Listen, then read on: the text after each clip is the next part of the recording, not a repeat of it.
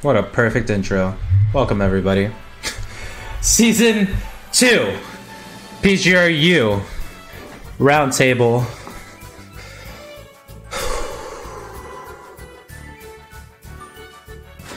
Welcome. My name is Suar, PG Stats, PGR, PG. We're everywhere. It's Panda Global in the house with a little something special for you, which, of course, is prepared each season with the unveiling of the PGRU. We have a roundtable. We sit around, talk what we thought, what we liked, what we hated, and interact with the community as they flood into the chat and, ask questions. So, if you didn't know, today was the day, January 13th, 2020, where PG Stats released the top 50 through 41, along with Area 51, hereby known as the 5 individuals who all ranked 51st on the PGR, out to the world. And that got reactions, honestly. Video provided by Cud, so that's a prize now out of the bag, since, we always want to, of course, keep that under wraps until it's absolutely, totally confirmed. And we had a lot of writers give a bunch of blurbs, headed by Popey. We had so many people like Stuart, Bobby Wasabi, who actually wrote Area 51, and a lot of others that you'll see in the Red Bull video, the PGR video and the Red Bull articles that, we put out. So, yeah, Coney's in the mix. He's going to come in a second, but I just want to say thank you for tuning in. It means a lot when you tune into these roundtables to yell at us in positive and negative ways. I love both. Can't avoid it. But, if you're in Twitch chat, hold those questions till the end. We're going to have an extended Q&A.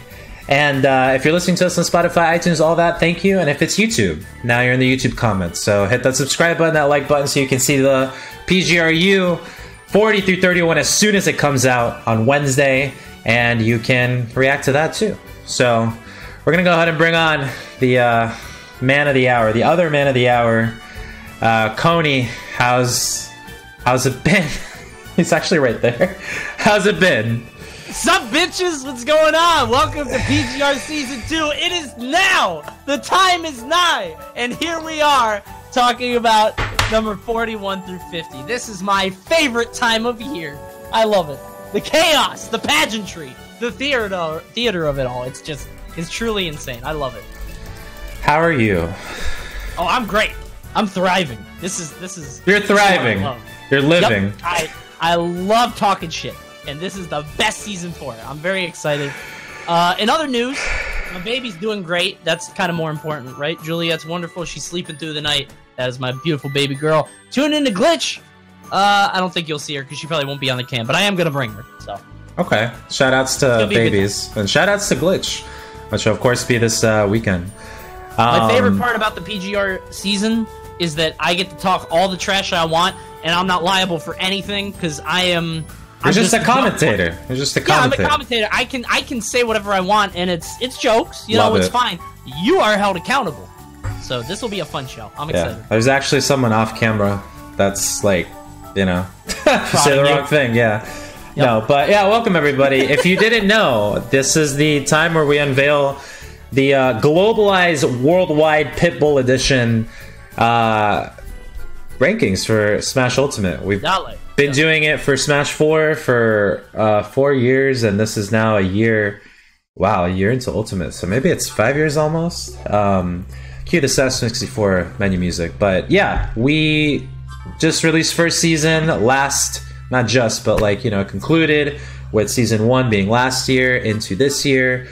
Season 2 just being unveiled right now. So PGR in Smash 4 went 5 seasons. PGR V1, 2, 3, 4, 5, and then the 6th one was kind of this top 100. Now we're sitting here with the second iteration of the PGR. So let's not waste time. Let's get right into it. We'll hold Q&A at the end. So if you're yelling right now, we're not reading. The screen's not even open. So don't waste your time. So Area 51 Coney.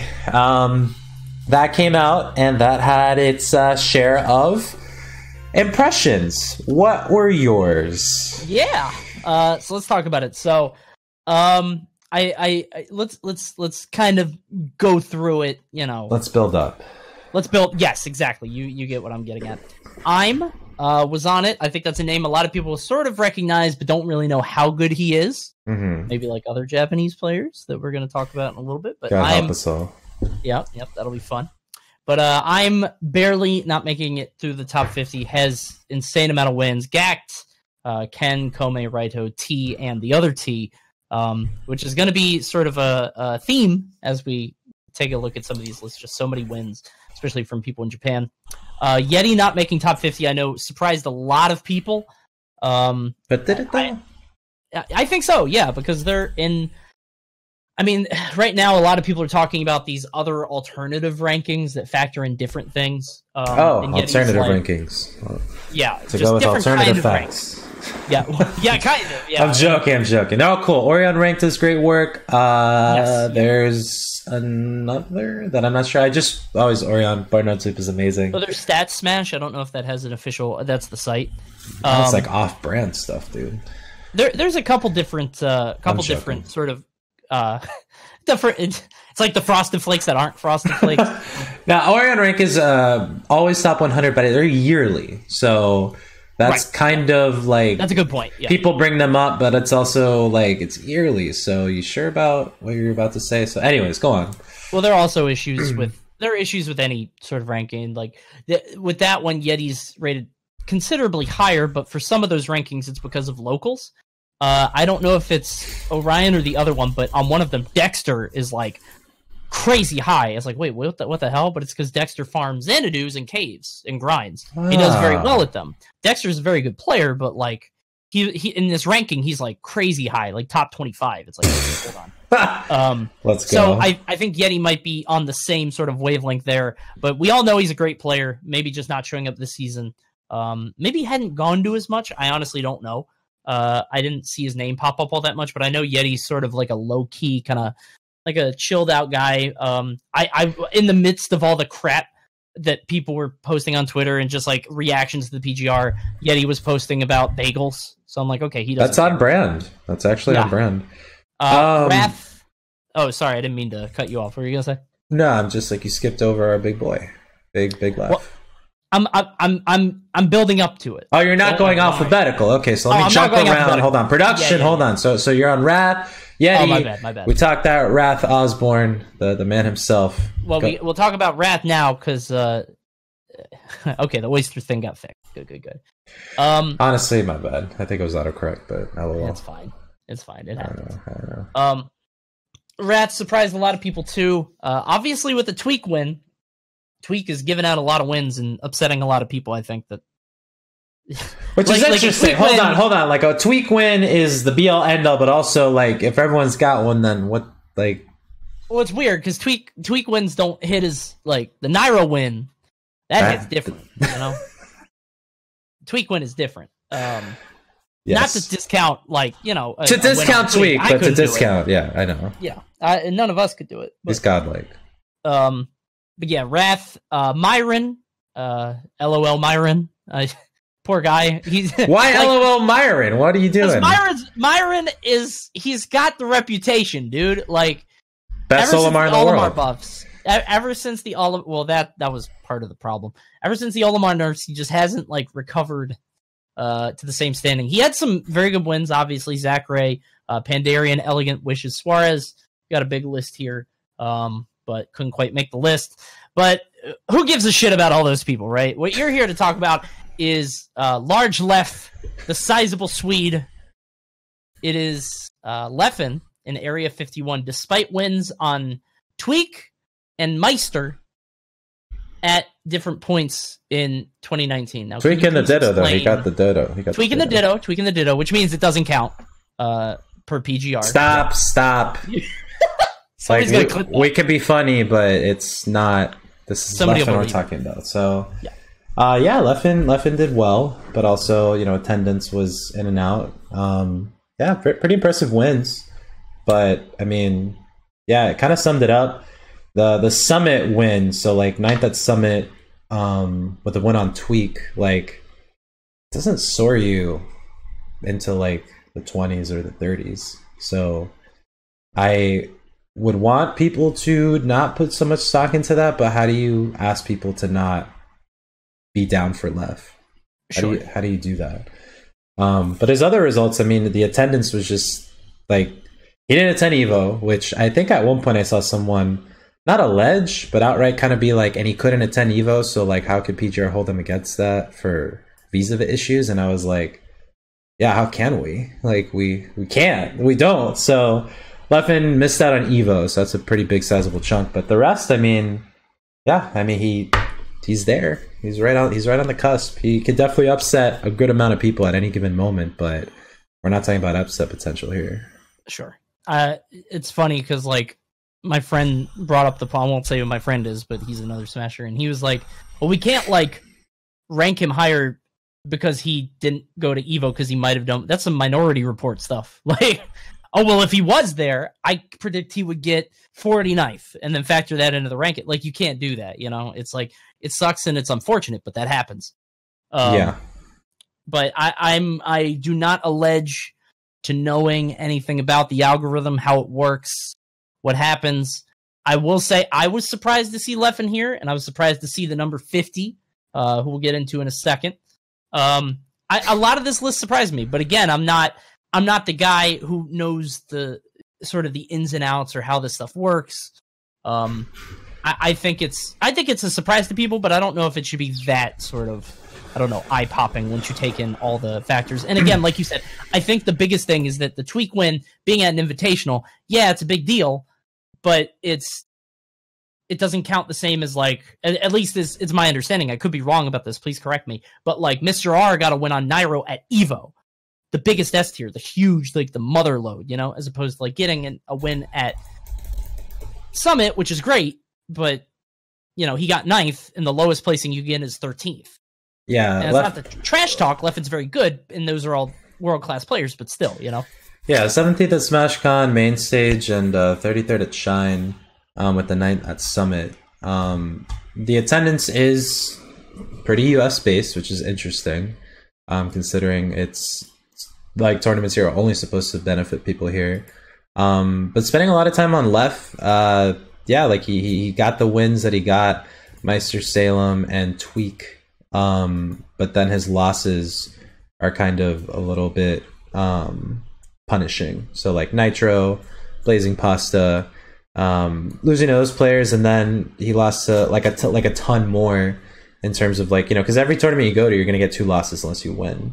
So because he performed at 17, 33rd, the other ones just didn't make the cut. I mean, he lost to T, lost to Mars, Void, Nairo, Light, Bestness, Leon, Tweak, as well. So that kind of like diminishes things. But yeah, I mean, that's kind of it laid out right there. We can talk about Ron though, since we're going to now start the actual top 50 as it's been laid out.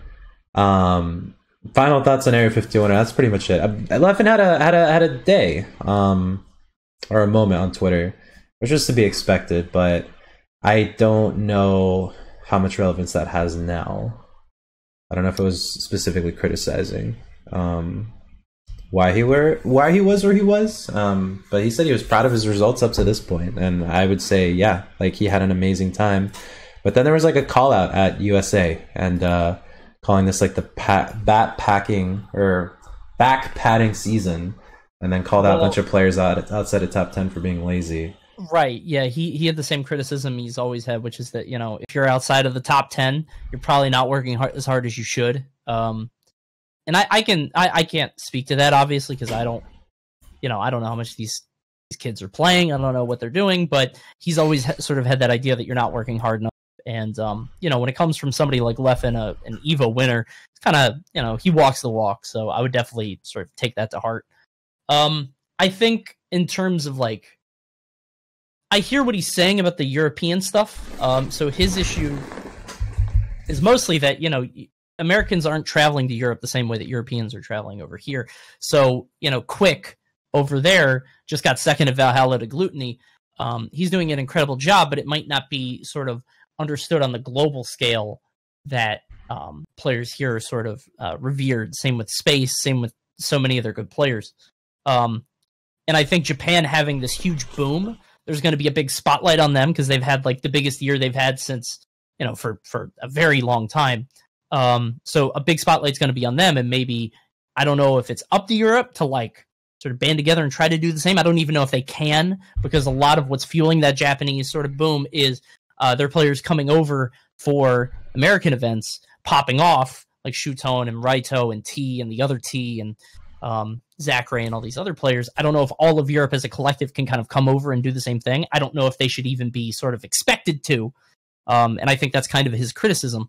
But just keep that in mind sort of as we see these top 50. And the point that I'm getting to is that I think it's going to be maybe a week or two after the full ranks come out until people can really understand them sort of as a whole and make judgments and criticisms on them, because right now we only see really the tip of the iceberg.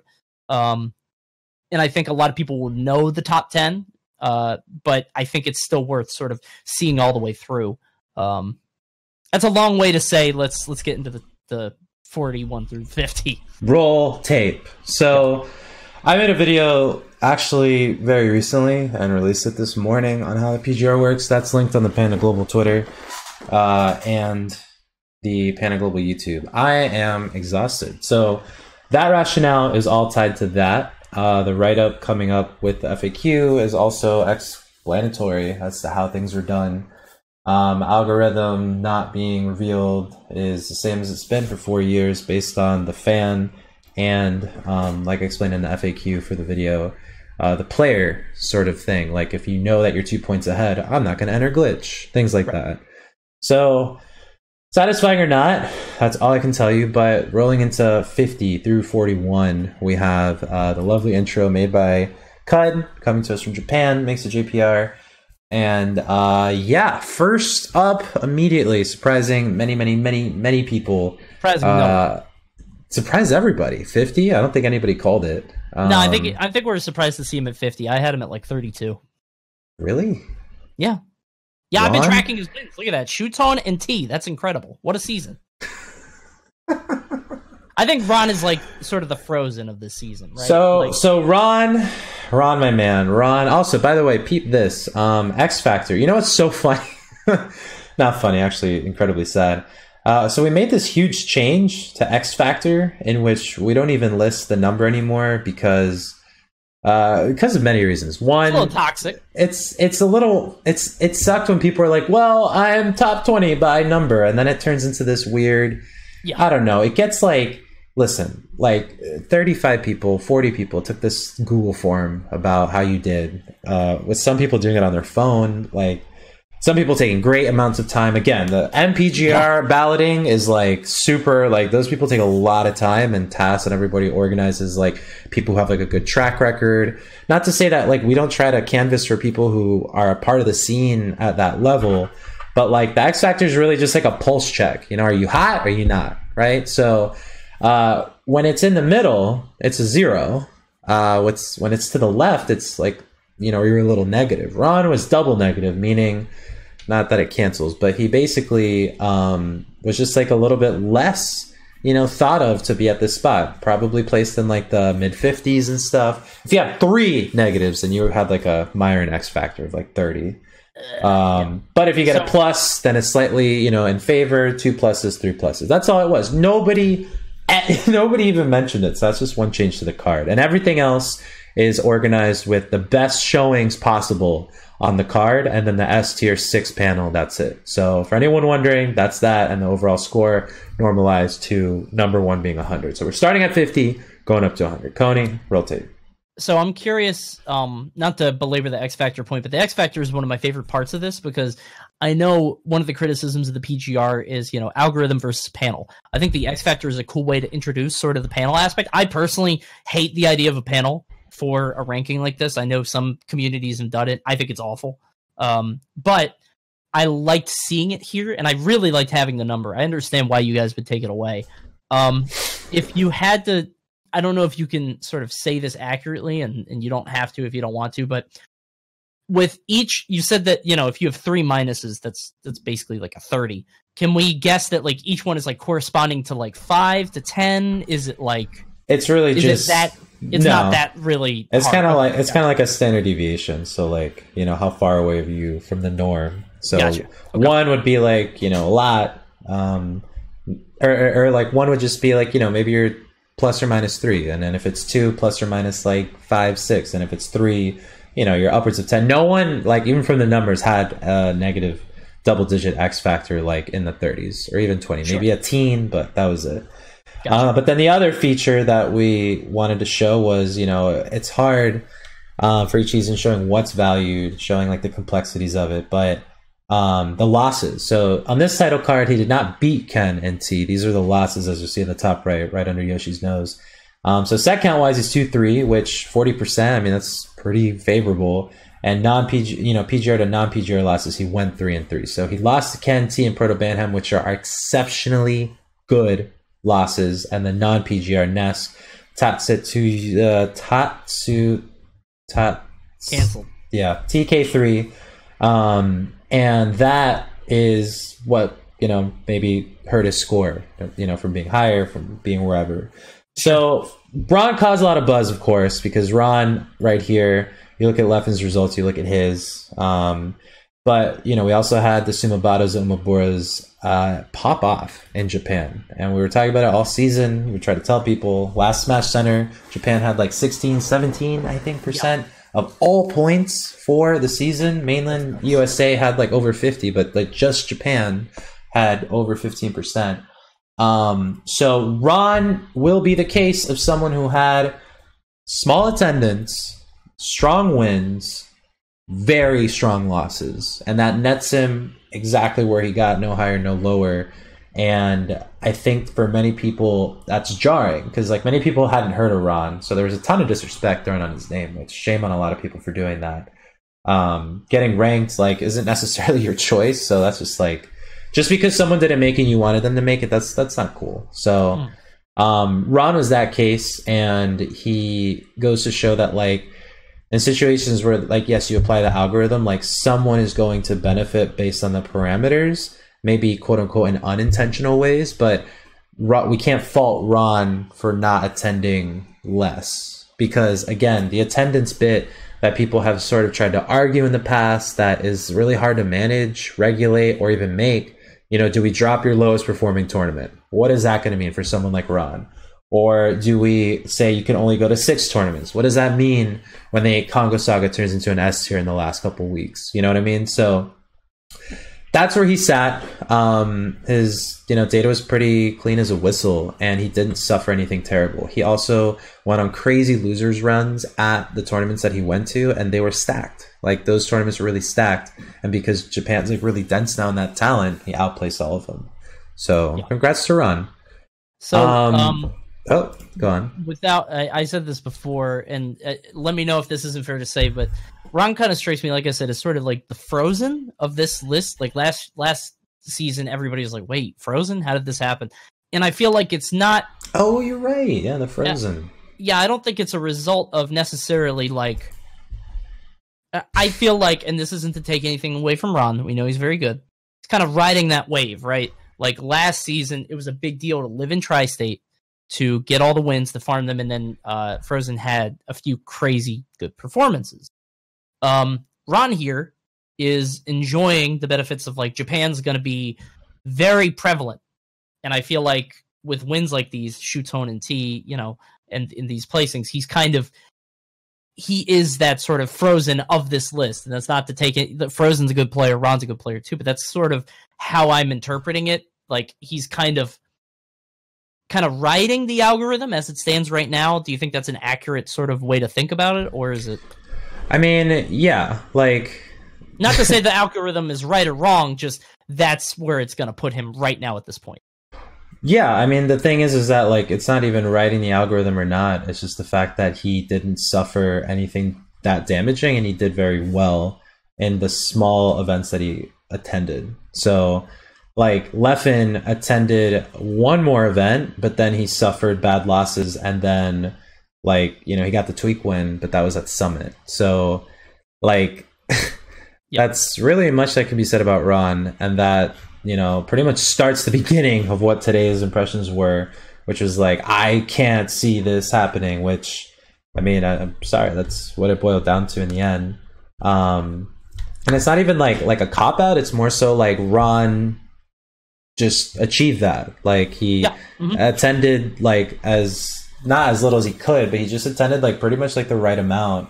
But there was no telling when he did that would be the case. And so congrats to him. That's number 50. We'll move right along as we continue. People will probably want to know more during the Q&A, so we'll save it for that. But 49. Yeah, if you have questions, please hold them for the Q&A. We're going to be taking your questions at the end and answering them. Yeah, so only ICs to ever make PGR in the history of, well, I mean, Damn. there wasn't any ICs that even came close first season. But yeah, Big D made it, 49th. A lot of people were surprised to see this, /happy. There was, of course, a lot of PNW pride. Main stage, Congo Saga Port Party 5, Super Ascension, 17th, 25th, 13th, and 3rd. The win on Zachary at main stage being incredible. He also beat Proto Bantam, so kind of a Japanese slayer. And then Dark was at Port Party 5, and then Goblin at Pandaren at Super Ascension, where he got 3rd. So 3rd at a C tier with names like that are definitely going to go far. And he actually had a positive X Factor, so people wanted to see him higher, which I didn't really hear that much buzz about Big D. I just always knew he was hype, because 1, he's like at least 7 feet tall, and 2, he plays ICs. It's a tall dude, yeah. Big D, I'm a big fan of this guy. He was a DDD player in Brawl, so we're kindred spirits. He's a really cool guy. He's great, and I think that positive X Factor kind of points out, I think a lot of people respect him to a very large degree, not just because he plays Ice Climbers, but we know he's sort of a veteran player, been around for a while, liable to make an upset like Zachary. That's a huge win. So is Proto Bantam, especially with Ice Climbers of all characters. Probably, the thing is, it feels like Ice Climbers have the promise, have the whole gimmick that, you know, eventually they're going to be really strong. We haven't really seen it yet. Big D and Wishes are the only two to really take up the banner, and then it's like, even still, we see crazy stuff happen. I think at just recently, I can't remember. It was at Let's Make Big Moves. I think I can't remember. It might have been Big D playing. I could be wrong, but Nana just didn't function. She just didn't work, and it might have been him or Wishes. I apologize, whoever it was, but Nana just did not work. It's like gambling. It's like just putting your money into this character is nuts. So good stuff to him. Yeah, very talented player. Looking at everything here, let me see. In terms of losses, has a lot of them. But again, very respectable players. And some of the players like Ouch, who is number 3, I think, on their most recent PR that they just unveiled. Kind of an unknown name, but I mean, if he's 3rd on their PR, he's definitely a contender. You also have to factor in, like, he's playing that guy consistently, you know? Yeah. And the thing, too, that I wanted to point out for people, like for Big D and Ron's case, is the fact that they made it at this point. Like, keep in mind, if we look at just Big D's score, right? He got 50.7. Ron just scored with a 50 flat out. They're separated by very little. And, yeah, you know, it's also 50 people, so it starts to sort of like, you know, decompress later on. But yeah, after Big D comes like the next jump in the score, which we're now going to get into now at 48. So Kirihara, 50.9, barely a jump. Here we're going to see pretty much this Umabora's coming clutch. 4th at Umabora SP5. You'll see the rest up there. But for people listening, Kirihara did not actually go to an S tier. Contentious, but also Ken, Proto, Neotono, Leo wins. And then his X Factor was actually double negative, but his wins were equally insane to his losses. 4-6 against the top 50, but he only lost to Choco, Etsuji, Kuro, Zachary T, and Ken. To you, Coney, none of this even makes sense, but not particularly. Yeah, Kirihara, he has been in the 40 band before and the top 20 band. So in Smash 4, he didn't attend, and then he got FPS 2, a win on 0. So that boiled down to a very like juicy storyline, considering the fact that everybody's like, Kirihara is a top 20 player, but he was like, I think ranked 50th at one point. But again, quick disclaimer, PGR is measuring not player skill, but player performance in a set amount of time. So sure, Kirihara is probably, a top 20 player, but what does that mean when 50 people are top 20 players in your eyes? Go on, though. No, I can't really say much about Kirihara. A sole Japanese sort of presence. He did come over here, but he didn't perform as well as I think a lot of people would have hoped. But I think probably the only Rosalina to be on the PR other than DeBuzz, so that still sort of championing that character. 48th, well done. Without going to an S tier, that's surprising. Yeah. And again, there was a moment where I said in last Smashcenter, if you don't go to like SmashCon or Evo, like you're not making a PGR. But that's like, it's not that you can't, as Kirihara just showed us, but it's more so like those mattered a lot, but he also reaped in everything else that was surrounding it. So congrats to him. Next, Canada, their boy, Riddles. This one was cool to see because Terry's in the graphics. So towards the end of the season, he of course popped up with him. And actually, not even gimmicky, but like, you know, he's doing all sorts of stuff, and I'm excited for his season 3. But yeah, he started with the Belmonts. That's what he got branded as, and you'll see here he has a very impressive resume. 2 33rds with Shine in Congo Saga. He did beat Louis Money at Congo Saga, but a 13th at SmashCon where he really popped up. I think that's where he really put himself on the map, where he beat the Buzz. Leo. Almost beat Leo. He should have beat Leo. And then EGLX 2019 where he got a 3rd. No notable wins. No wins, yeah. But, you know, this is kind of like the story we're trying to tell. Like, you can go to a tournament, get wins, get a, you know, not so good placement, or you can get a great placement, maybe not so good wins. Both count. So for Riddles' case, amazing job. 51, though, in terms of his overall score. So keep an eye on that.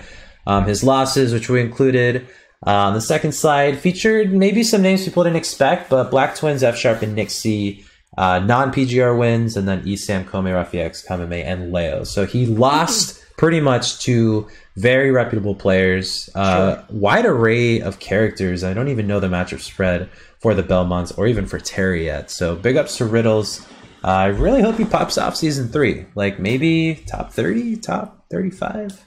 Yeah, we'll I mean, I could see him doing it, because you got to remember he obviously couldn't use Terry this whole season, and I'm looking at this, and I could be totally wrong. I'm just a commentator. I can tell you I've never seen this matchup. I don't know how well Falcon could do against Terry, because one of Terry's things is if you fight him close up, you're probably going to lose. And Falcon's very much like a boxer brawler. Might be able to overwhelm him with speed, but I feel like Riddles can probably overcome that matchup. So if he and Nick C were to fight in the future, I can't see Riddles losing that. Nick C is obviously amazing, but I feel like Terry's got to beat up Falcon. Could be wrong. I don't know. I always got to say that. Blah, blah, blah. I'm a commentator. But yeah, I could definitely see him moving up, especially because, I mean, if you look at all the S tiers and didn't go under 33rd. That's rock solid. Yeah, very good foundation. And like, again, like, oh, I averaged 33rd all season. Why am I not 33rd? Like, come on. I can't even cross that bridge. But chat is saying, and I, did forget for a moment, Riddle's already popping off season 3 by beating Tweak at Let's Make Big Moves. So, whoa, that's going to be crazy for Mr. Riddles. So congrats to Canada. Also, young kid. Wow. So yeah, he's very young. Over here at 46 though, moving right on. Chat. Oh, really quick. Chat. Wi-Fi is non-canon. If they're playing, that's fine. But if it's Wi-Fi, it's like extended universe. That didn't really happen. Extended universe. I'm over here. See how much Sam Sora, a top 5 player in the world, probably leaks. Probably a top 5 player in the world, loses on Wi-Fi. Come on, bro. Get out of here. So we got a bit of a name change here. This used to be Salt One, now known as Cola. Free agent also, which of course being sprung up in the week of a release is great for production. But congrats to this Southeastern gentleman getting all of these juicy placements. And you'll notice not a single notable win at Big House. You hate to see it. But of course, he's not getting punished for that. He definitely got rewarded for that. 13th at SmashCon, 25th at Congo Saga. Best Ness and Waddy's all he's got. Overall score 51.6, slightly negative X factor. So people are actually underrating Cola. And I think that's probably going to have to do with the fact, and this, if anyone wants to do any data analysis on this, I believe negative X factors are mostly tied to like lack of those high profile wins, because I don't remember him beating Best Ness. Also, Best Ness is kind of like in the middle of the radar for me. But I do remember Waddy. But I think if I heard like a couple more Waddies, like a couple more like that, then Cola would definitely register. So panel didn't feel the hotness, but didn't matter for him. His losses: Louis Money, MK Leo, Ned, Samsor, and Zachary were all PGR. Dakpo, Fatality, and JW were his non-PGR losses. Really respectable. He lost more to PGR players than he didn't, which is going to be the common theme you're going to see as the rankings continue. We've described in the past that losses obviously hurt. We've described them before to the distaste of some, since I realize it's not disrespectful to call someone who's not registering to the algorithm as randoms. But to those who don't register to the algorithm, they're random losses in the eyes of it. So they hurt a lot, right? If they don't rank, if they don't register, right, it's like that's going to hurt, right? But if you're losing to Sam, you're losing to Mars, those are obviously registering within the system. That's not going to hurt your score as much, but they're going to be losses, right? And all losses hurt, so don't get me wrong.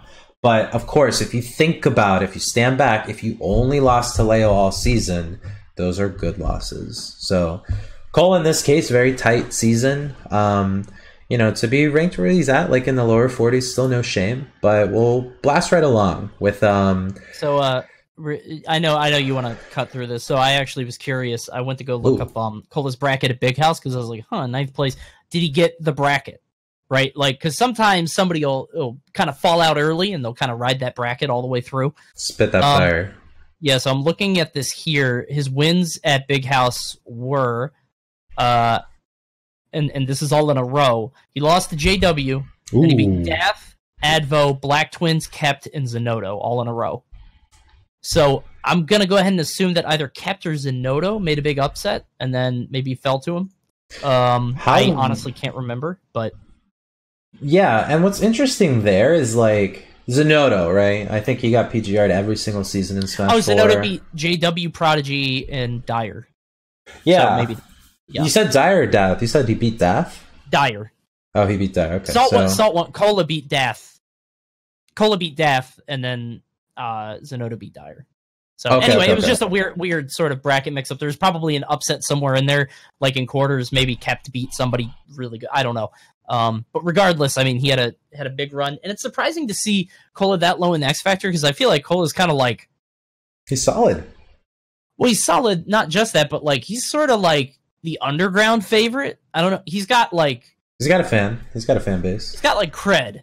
You know what I mean? Like I feel like a lot of the top players are like, all right, this kid's talented, and he's like got a lot of sort of juice there, you know. And bringing a Roy and a Cloud and a Snake to the table, I mean, that's gonna silence some critics. So, weird run at Big House, 9th at an S tier, right? But with no wins attached to it, obviously benefits greatly from that 9th. But here we are, diving into 45. So, congrats to Cola, aka Salt One, now known as Cola.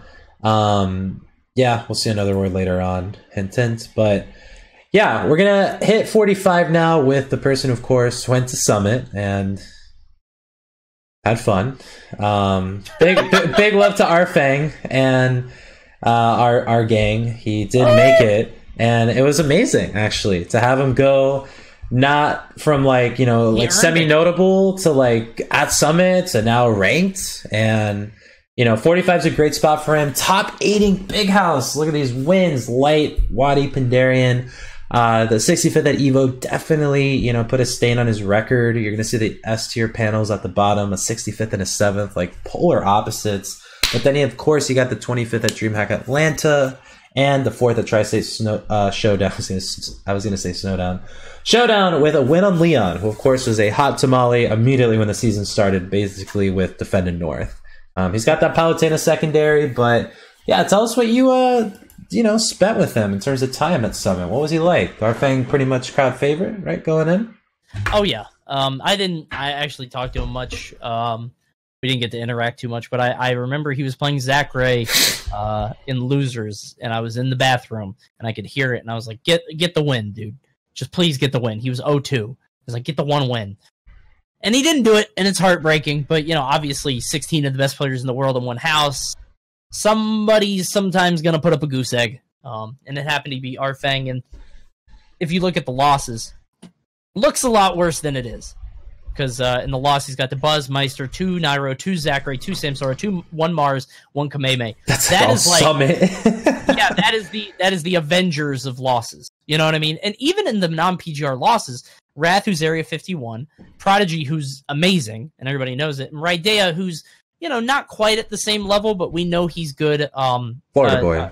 Yeah, a very good player, and we know that they live somewhat close, because I'm not mistaken. Yeah, he's from South Carolina. Raidea was from Florida. Not sure if he's still in that same area.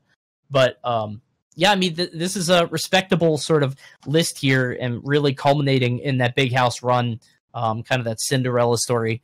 Shame he couldn't go further than that, but he earned his spot in Summit with it, and he deserved it. Yeah, so big congrats to him. Of course, Invitational, like, not counting so highly, and of course, you know, he scored the losses, but again, don't get me wrong, it's not like you want to lose to these players. You don't lose to these players and get ranked. It's more so all the other things wrapped in. So big ups to Arfang, now 44 though. Mr. R, which, you know, very interesting season for him. The US attendance was, I don't want to say lackluster because it's so weird talking about Mr. R this low now, almost 2 seasons. Top 10 player pretty much all the time in Smash 4. Now, you know, lower 40s end. He only came to 2 S tiers, and at SmashCon he had a little bit of a, I think, like, he felt ill. He kind of like started to dip out early. But you'll notice on his card, Ultimate Fighting Arena, Smash Factor 8, and Switchfest look amazing. However, what's missing are those notable wins. So, not punished for it, but, you know, that's all he had gotten, right? And it wouldn't be until EVO where he got Nairo T and Elegant, which pretty much soared him to the spot he's at, and with a negative X Factor. So he dropped 8 spots. To add insult to injury, the panel was like, man, Mr. R, you're just not doing the hotness right now, which I think he actually was ironically the only European okay with the PGR, given the fact that he didn't even think he'd be on it, and he said today on Twitter that he had drafted his response into, you know, oh, I didn't make it, you know, so plot twist. And yeah, these were really impressive placings. His losses also match kind of like where we expect Mr. R to be. Brawl Vet, everything else. And what's cool, or not cool, but what's interesting rather, are his non-PGR losses, right? So those are the players that everyone is shipping for in terms of like the Euro, GR, collective, like to make it on. Meru and Quick for sure. Space he hadn't lost to, but in terms of PGR losses, losing to MK Leo and Glutoni 3 times each, amounting to 6 losses. I mean, literally like 66% of this guy's losses have just been to Leo and Glutoni. Then it was Proto Bantam, Light, and Abadongo. Poor guy can't get a cut of slack. So yeah, he made it at 44. Pretty impressive overall, and he's kind of bringing back the Sheik, but I think also this season, kind of like last, we haven't gotten a character commitment, or at least a double character commitment. It's been like he's juggling 3 at one point, you know, bringing out the Sheik again and the Snake, Crom. You see it all with R. So yeah, I want to see something. So let me know if this is how it works, or if you even know. So am I right to assume that the Nairo win is doing numbers for him because it was at EVO? Of course, it's the highest rated event. Yes, got it. Because that's the mother load. Like, EVO is the highest rated event by a pretty large margin, if I'm not mistaken. And for his win to be there is way more important than if it was at, you know, I don't know, Big House or something like that. Still an S tier, but EVO being EVO, that's a big deal. So that, I think, is what carried him this far. But it's also like the carry aspect. It's like he earned that. Like, oh yeah, Nairo didn't really give wins away this season, so yeah, Nairo wins it like we said earlier. It hits different, and I commentated that set. Mr. R played phenomenally. Nairo played well. It wasn't even like Nairo didn't show up. He came to win EVO, and Mr. R just stopped him. It was a very good set. If you guys want to go watch it, it was very ironic. Well, congrats to him, sliding right into 43rd, though. Best Ness. I think only Ness to make PGR in Ultimate, if I'm not... No, Gacked. Yeah, never mind. Yeah. So, dummy! From the United States, all right? Chill out. Armada's Best Ness. Very cool card here. I really like how it pops. Negative X Factor, so haters gonna hate. But apparently he knows the Fox matchup with Light and Louis Money. You literally could not beat any better Foxes at that point. And Raito at Super Smash Con. So the low tier City 7, I think it's cool because that's literally the A tier / event in general that started this season. So I think he was on a lot of people's radars even before then, but that would also be another event that would do that. Shine 2019, he got 17th, and Glitch, he got 25th. He beat Goblin, though. But he got that Leffen and Yeti win at Shine, which, of course, are Area 51, which, of course, count, by the way. It's not like those wins don't help you. You're rated above them. So 52.8 as his overall score. Remember, with Ron, we started at 50, so we've gone not even 3 points up towards number 1. Yep. But yeah, he gets it for Southwest. Congrats to Best Ness. Wins. I don't want to say all over the place, but there's a lot. Or sorry, the losses.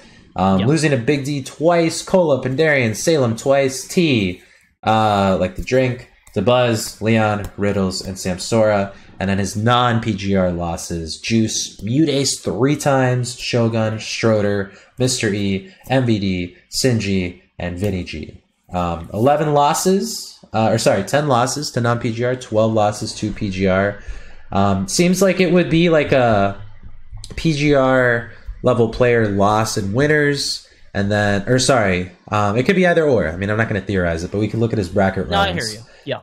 But it seems like it was like he'd meet his match, and then someone that he probably fumbled, like a last hit situation. Sure. Because he's definitely neck and neck with all these other people, and with Ness, who's like such a non-meta character. Yeah. So yeah, congrats to him. Any insight on Best Ness? Is he? I guess he is the best Ness for right now. Yeah, I don't know if he said he was quitting. I don't know if it's an actual quitting or if it's just he said that he was done with Smash. I could be wrong. I think that was the case. I don't know the latest. That might have been a while ago. The reason I bring it up is because Ness has historically, in pretty much every Smash game, been a bad investment if you're starting off with Smash, because there are certain characters that just only go down. Yeah, like Cell. Like Ness's only go down. So I hope he keeps it up. I hope he can keep performing if he keeps going to stuff. But yeah, we'll see. We'll see how he does in the future. If he keeps going to stuff, or if he's done playing, that's fine too. Okay.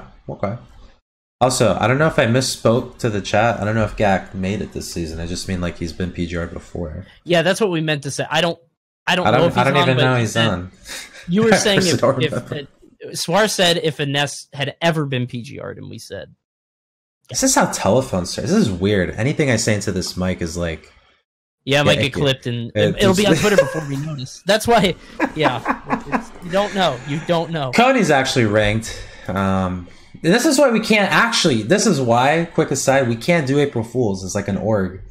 Like, how Game Informer put Sonic in the whole melee, how to unlock, like, haha, people spending hours on Kroll Smash. We can't even have fun on our birthday, man. But anyways, we digress. This is a misery we chose. 42nd, though. Goblin.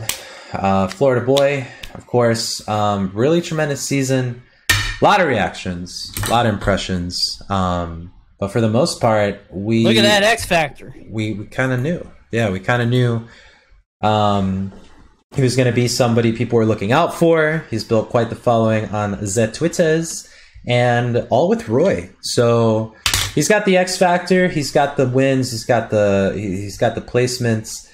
He's got a triple plus X Factor. He's went down from 3 last season. Now, here's what we got. Here's what we're working with. Shine, he got a win on Tweak. He got 17th. Fight for 95, a C tier. He got 2nd, and he got a win on Samsora. DreamHack Atlanta 2019, he also got another Tweak win at an A tier. And then Congo Saga 13th with Kuro, Big D, and I'm, Area 51. 53 is his overall score, and again, his S tiers are listed down at the bottom. And now we have the losses. So 12 and 12, PGR wins and PGR losses and non-PGR losses. PGR losses, though. Best Ness, who was right below him, so not ideal. Cosmos, good loss to have. Elegant, recently a good loss to have. Light, always amazing to lose to. Samsora, also. Big D, below him. Dark Wizzy 3 times, good loss. Leia and Salem, also above him, obviously, at this point. Non-PGR losses. Black Twins, Deluxe Menu, JW, Mutace, Nixie, Secret, Venya, Prodigy, Mysterica, Legit, Dexter, and Choco Taco. Those are the nails in the coffin, and I don't know how to spin that any other way than it is. So 5-12 against the PGR this season, and then 12-12 in terms of like losses and PGR and not. But go ahead, Coney, enlighten us. So just for clarity, when we're talking non-PGR, is that deconfirming people for this season, or is that non-PGR is for reflecting last season? It's actually deconfirming people this season, but there's really no other way to show it. Sure. Okay. You know, there's always been there's always been like the reveal versus presentation. Like, how do we, you know, like, listen, everyone that's ranked already is known to be ranked. It's just the order, right? That's been the story since literally V1. So the deconfirming, sure, have fun with it, put it together, Reddit. They probably already have like a flowchart and it's all set. But the big thing here is really just like the added context, like his first card, right? Because it's not even meant to necessarily like bring down the player, like, oh, look at their losses. It's really just like, this is their season. They had these placements, they had these notable wins, and then on the other side, you had like what else they did. And that helps contextualize, again, how far these wins went. Now, again, like in this case, did Goblin get punished for attending those events? You're asking if Goblin got punished for losing to players he was rated above. Yes, he got punished for that. But at the same time, we think about the Ron example. He didn't have these 12 losses on the bottom. He also wasn't rated as highly. But again, like, he didn't lose, and he didn't, like, again, like, give that up as much, if that makes sense, compared to someone like Goblin and even some of the other people in this range who have a lot of non-PGR losses. That always matters because that hurts your set count. That hurts like how everything else is valued. If you're losing to people who aren't ranked, then that hurts, right? Does that make sense? Am I saying that right? I hear you. I personally, like, this hits my eye wrong. And I personally sort of have questions about it, but it's also like, I think what you see with this PGR stuff and really all the fights and the debates that we see are, you see a large community of people all valuing different things. So are wins the only thing that matter? Is it wins at big tournaments? Should you get the same amount of points as at beating Leo at Evo if you beat him at an invitational? Should losses count at all? Is the prize money important? So can XYZ Gaming put on a $50,000 tournament that gets 50 people and then number one just shoots to the top? It's like 50 different sort of factors coming in, and I think some people see one thing and some people see another. And for me personally, because I'm not the guy making it. Two, I'm not the guy with any skin in the game because I'm not a competitor. I'm seeing it as, okay, this is what happened, not necessarily how they performed or how they're going to do in the future. It's just, this is how it happened when put into this machine and spit back out. When it got put into this season's machine, it seemed like losses were the big thing that held Goblin back. And again, that sort of hits my eye wrong because I think I have reservations about that personally that I haven't fully thought through. Like, I'm not the guy making the algorithm. I'm not the guy sort of putting all this into the machine. And it seems like when we've talked about stuff on the show, there's a good reason for pretty much every single volley that I've kind of thrown your way of like, why didn't this work? So I don't want to spend the entire show doing that. Guys, we're doing a Q&A later. Please ask us your questions. We'll be able to answer them directly. But like, I feel like I get where people are coming from because I look at this and I'm like, this can't be right. But I think that's just, again, that's sort of how this machine is built. And for him to pop out here, it doesn't seem right. But even I'm also of the mind, and maybe this is like nihilistic or rude or disrespectful. I really don't mean it to be. I'm sorry. But like 42nd as opposed to, what would his peak be? You know? I think people would be comfortable with him at being 25, 30. Right, like mid-20s, you know, like, okay, but is it really going to affect him at that level? Does that make sense? Like, is it going to affect him in the immediate term? Maybe, because maybe this means the difference between sort of a C-tier sponsor or a B-tier and A-tier sponsor. I wonder that. I I don't know if it would. But again, that's kind of nihilistic and maybe a little unfair for me to say because I'm not in the competitor's shoes and I don't know sort of what they're going through. But that's always kind of my question. It's the pride. It's everything else. I mean, the same people incensed about it just want to see their person do well.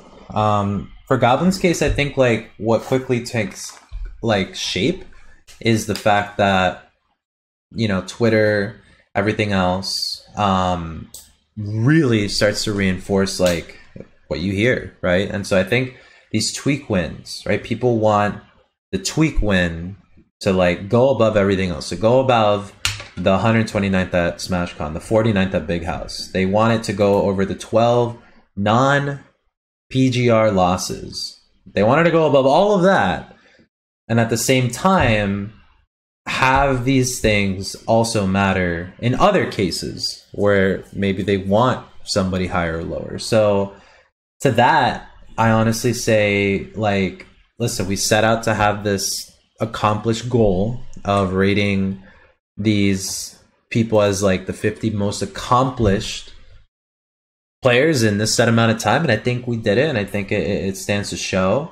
But it comes with the good and the bad. So yes, Goblin's sick nasty. People yelling in chat to free Goblin, like, I'm with you there, but with all the other data that's accumulated there, like tweak Samsora, double tweak, Samsora, great.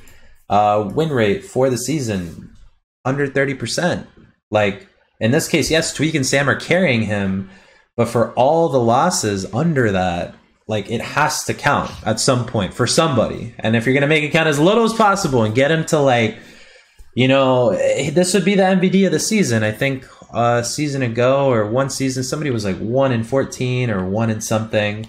One PGR win, right? And people were like freaking out, like, oh my God. But all his losses were like to the top people. They were to the top 10. Like, they kept losing to top 10, top 10, top 10. So in Goblin's case, I mean, that's what it stands. Like, you got the tweak win, you got all these losses, you got these placements. Like, I also hear like other people in their placements, if they're getting triple digits, like that holds back. Like, you can't just have SmashCon not matter in a situation like this when it was the highest rated event of the season next to Evo. It was rated the same. It broke the scale. And that's just the quick maths on it, And I think, Coney, you can like take that in and sort of see like someone like Goblin being so hard to rate because public perception is so high, but the results don't back it up in every case when you look at 6 months in a period. In a vacuum, and right now, probably beginning of season 3, he'll pop off because he's riding a high. Sure. But for everything else considered, I mean, like 12, like, I don't know, like that's so interesting that people are willing to look past certain things in order to confirm a bias or to confirm like, their fandom. Well, like you were saying, it's the X Factor is really a show of visibility, right? Yeah. Goblin, extremely visible, has sort of taken up the mantle of the tweak slayer, but you're not seeing. If somebody doesn't show up at an event, it's a quiet thing. It's very rarely like, if you're top 10, if you don't make it into top 32, then it's an event, right? People are tweeting about, yo, this guy beat that guy. If you're somebody on the come up, like Goblin, who doesn't maybe perform as well, it's not a thing. Like, you just quietly fade away and you just don't have the season that you expect.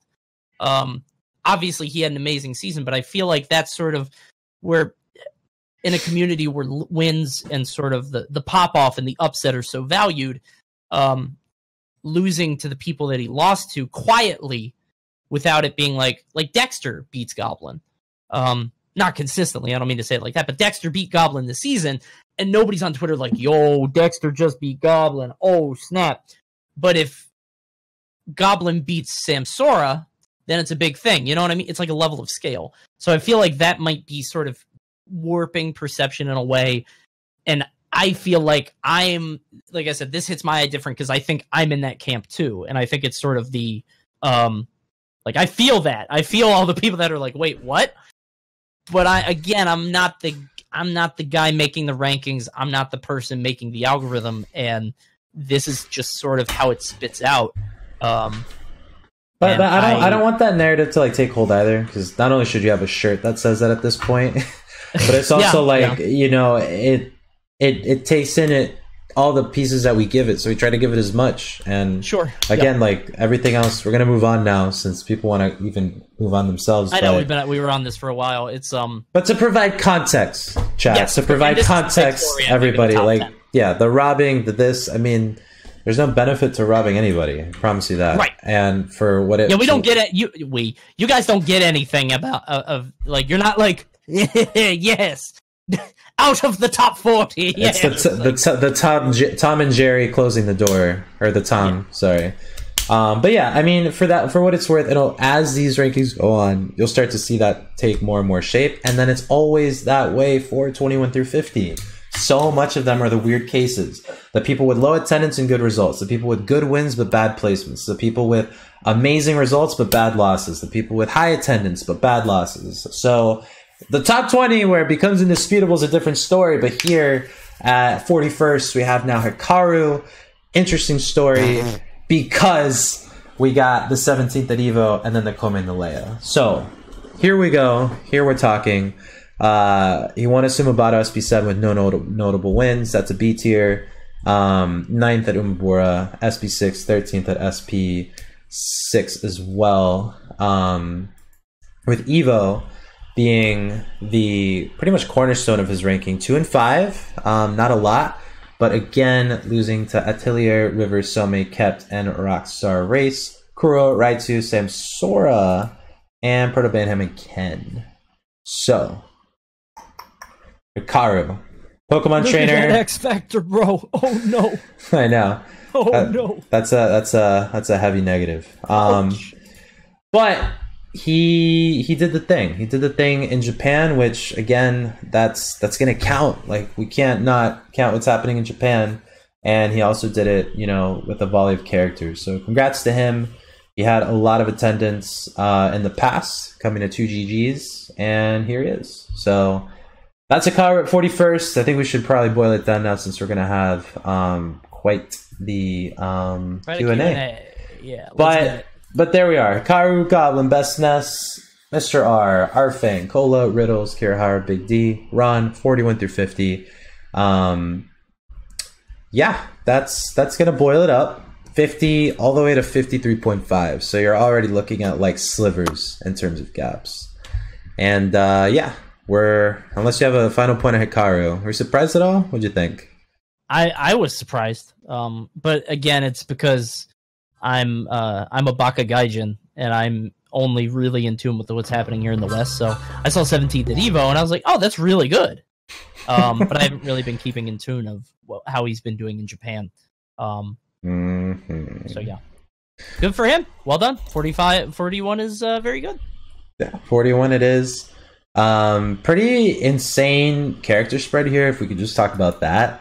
Wow, just a lot of not only firsts, but cool diversities going in. First ranked Terry, I think that there's going to be. I don't know that Locust made it, and I don't know anybody else that plays Terry. Just those two, I think. Yeah, so we got him at 47th, which is going to be nice, considering the fact that this is yelling at me. And then, yeah, everybody else trickled in with Nesses and Chroms and Pichus, and we even have a Rosalina sneaking in with an Ice Climbers. So congrats to them. And we're going to open up to Q&A now. So for that, please tag us and tell us your questions. Ranking Rationale was explained in a video earlier today. All these different cases that we just went over in depth. The Ron, the Goblin, the Hikaru, the Kirihara, even Cola. We already talked about it, and I'm quite frankly exhausted. But if you want to reiterate it, Coney, you can go ahead. And if people want more context, we'll try to give as much as we can. I'll be quick. But is there a question you see? Yeah. Well, actually, the first one is a question that I'm gonna kill right off the bat. It's not something anybody asked in here yet, but it might be something that somebody does, and it's something I saw a lot on Twitter. No, we should not do a top 100. We should not. Oh. I will just say that right now. You're not even on the team, bro. I know, I'm not on the PG team. I shouldn't say we. You Suar, Pug, you should not do a top 100. Because if people are this crazy about the minor gaps in 49 and 50 and like just all the way up. It's a very bad idea. It's a lot more work, and as I think you've said before, it gets almost like indistinguishable at a certain point in the ranking. Top 100 is a bad idea for a number of different reasons. If anybody wants to talk about it further, you can ask a question, but otherwise I'm going to move on to this question, which I think is interesting. PokerJoker811 says, how much of a factor does character uniqueness / character diversity come into the subjective part of this in your view? Like if somebody like Big D, who I utterly adore as a player, was doing the same amount of work with Lucina, would he be getting this level of respect, or would he be a solid Area 51? It would not affect his rankings in the objective ranking. Like he would still be 49th. His X factor might be lower because people aren't giving him the same love for using Lucina, who's considered like boring. But then again, you have instances like Protobanum, who will probably re-rank, no spoilers, and he might have an upward X factor because people think he's amazing. But no, it does not affect the algorithm, like character diversity or uniqueness or whatever. It does not affect the algorithm in any way. It has no effect. Yeah, it definitely does affect subjectivity. I'm just going to say that because if people are seeing you pop up with Terry, for example, riddles, you're going to think they're sicker than someone popping up with Wolf, because unless you're Zachary, who's not even popping up with Wolf, yeah, it's just going to like fall into the mainstream train of thinking of like, oh, well, they're being carried by the character or this, that, and the other. So good question on that, but luckily we don't even factor character usage, so don't worry about that. Question that you got, or do you want to? I see a couple, so I'll keep going. You keep going. Actually, I'm gonna manage other stuff. Custom Van 92 says, "Why do you dislike the panel system?" Okay. I think the panel system is a very bad idea. I think this for a number of different reasons, but probably the biggest one is who's on the panel. Who decides that? Who watches the Watchmen? Yeah, who's on the panel? You get a wide group of people. A lot of top players, less so in Ultimate. I gotta be honest, I'm pretty proud of our players. A lot of top players, dumb as hell. And they should not be making these decisions. They should be playing the game. They should not be making... Just please continue playing the game. That's basically it. And you also have recency bias. So let's say, Zachary won Big House. A lot of people forgot that. Like, oh, damn, Zachary did win Big House. People aren't going to factor that in. And if they do factor it in, they're like, oh, yeah, he did win Big House, but that wasn't as big as Congo Saga. That was the big event. You know what I mean? There are a ton of different reasons. Also, again, people value things differently. Some people on the panel will value wins. Some people think bad losses are a big deal. Some people think attendance is the biggest deal. Some people think money is the biggest deal.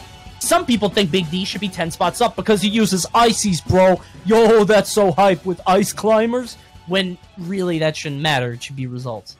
And that's what I think. And I would be on the panel and I would be judging against that too. You can't even name a prefecture in Japan.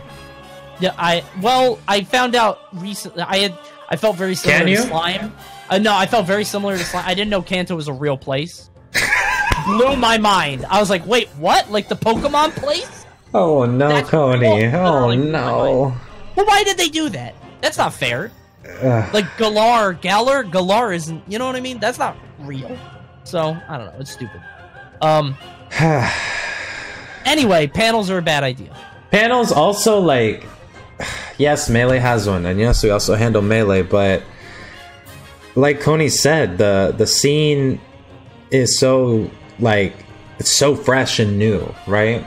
And if you TO'd or maybe played just a bit longer than someone else, like that shouldn't be the authority necessarily that you should have over someone, and then applications and everything else gets into a bind. And also the Twitter echo chamber for Smash Ultimate kids is way worse than Melee.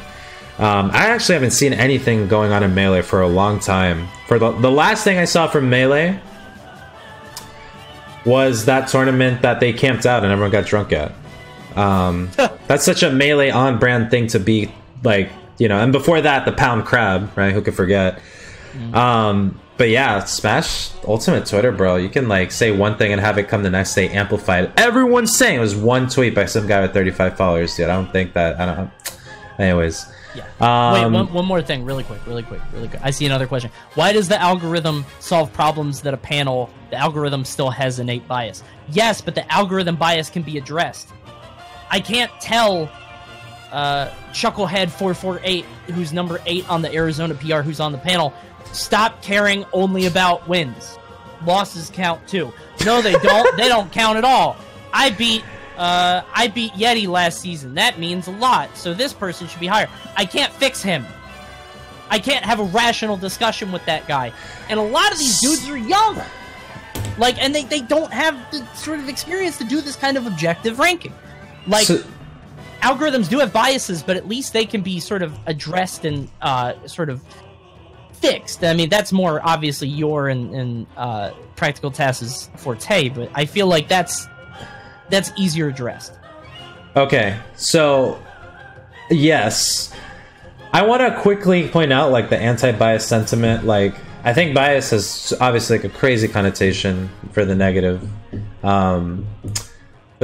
side, but the thing with the algorithm is like it's not even about like it's like trying to, yes, you can control for bias, you're right, with an algorithm versus with a panel where it's like, well, I mean, I hope you got the Google form, bro, and then I hope it worked, and then you had a good day at work, and then you're reading these names correctly, and you're remembering the different 81 events that happened over the different 35 countries in the same 6 months, bro. I think it's like not even the bias that's an issue with the algorithm. I think what's the problem is like if you set it, you calibrate it right in the wrong way, then it's going to create all these results. But like that's why there's like a lot of internal testing and like having people come in and see it, and then like that doesn't look right, that looks right, and people start to like realize like, oh, like we can't just not limit, you know, this part of it, or oh, we can't. And like we said before, like the outplacements and the head-to-heads, like they're an equal measure. It's not even like one's higher than the other. So it's not like wins, that the wins are it. Like people have summarized the PGR. Like I've seen, like sometimes I read it, I'm like, wow, that's how it works? Because I'm so surprised by how complex people get with their theories. But yeah, seeing a lot of questions on it. So let's see what else there is. I see a ton of questions, so I'll let you. I can't even read. Oh, this is a good one. And this is, I don't even know if we're blowing ourselves up here, but someone was saying, are best of fives and best of threes worth the same? / should they have more weight? I saw someone ask. And that is something that I hope we can perfect one day, but bro, like, I don't even know, with the varying amounts of sets that are done in the different places, like, it's so interesting, like how the Smash community cherry picks what is and what isn't valuable when it's convenient. But EVO's best of 3 until the end, right? Yep. And Congo Saga, or like historically 2GG's done a great job with this. With like top 120 is, you know, best out of 5. I know it's more like top 32 or whatever, but those sets, and you start mixing that in, it gets that that is a can of worms, honestly. I'll be real. Because believe it or not, like Japan and certain pool structures, because of timing, because of everything else, do best of 1. Yeah.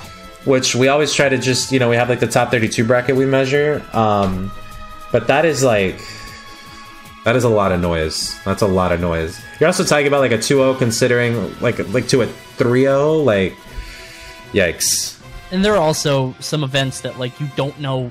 Yeah, it's a check mark. Yeah, sometimes it doesn't say whether or not an event is running best of 3 or best of 5 until a certain point. Usually it's like top 32. Yeah, because it's person reported, it's self-reported. Exactly, it's all self-reported. And then I think part of that becomes a little bit, I don't want to say playing God, but I think like at some point you just kind of got to sit back and let it rock and not factor in every single bit of minutia. Because then it's like, obviously it's important, and a best of 5 win does mean more for skill than a best of 3, but then somebody could make the argument that best of 3 tests adaptation more. Oh my god, you don't have as much time. You can make all these dumb arguments about it, and then it's like, well, he didn't play his main, he went his secondary, so that shouldn't count as much as his other one. You know, it's like you can go down that rabbit hole forever. I understand the sentiment, and I think it's a good question whether best of 3 or best of 5 should be like factored in, but I think it's ultimately kind of I think it's a fool's errand. Yeah, guys, like, that is like some level of, I mean, that's now talking about, yeah, that I'm out. Bobby Wasabi. It's a good idea in a perfect world. That's all. All needs considered, time is of no object. Sure. Bobby Wasabi asks, which, by the way, congratulations on the Area 51 write-up with Stuart. One of the writers this season. So if you want to shout out someone, don't shout out me or the team. Shout out Bobby Wasabi because he did an amazing job. And he asks, in your opinion, does the Smash community put too much emphasis on rankings? What a meta question. Yeah? Yes. Yes absolutely. and no. Yes, but no. So here's the thing. Okay. I think that in moments like these, it's like, oh my god, right? It's like, do or die. Am I 36 or 35? So help me God, Practical Task is going to get blown up tonight, right? But then it's like, people sat in the 20s season 1 and never got sponsored. Never did anything with their ranking, never, really marketed themselves, never really like, yo, top 20, just maybe put it in their bio, and then it was just like, I don't know, hentai and dumb Joker Persona 5 memes, and then that was it. So like, it's almost like they don't have an emphasis on rankings at any given point once they make it, or when they talk about it until moments like these, which is weird. Yeah, I'm sort of in the same mind, and this is what I said before. Is it's like kind of derailed. I'm sorry. No. I think the top 20 are undisputed. I think that's the real PGR, if I'm honest. Yeah, top 20 are undisputed, and everybody else is like, you know who's good, you know who's great, but is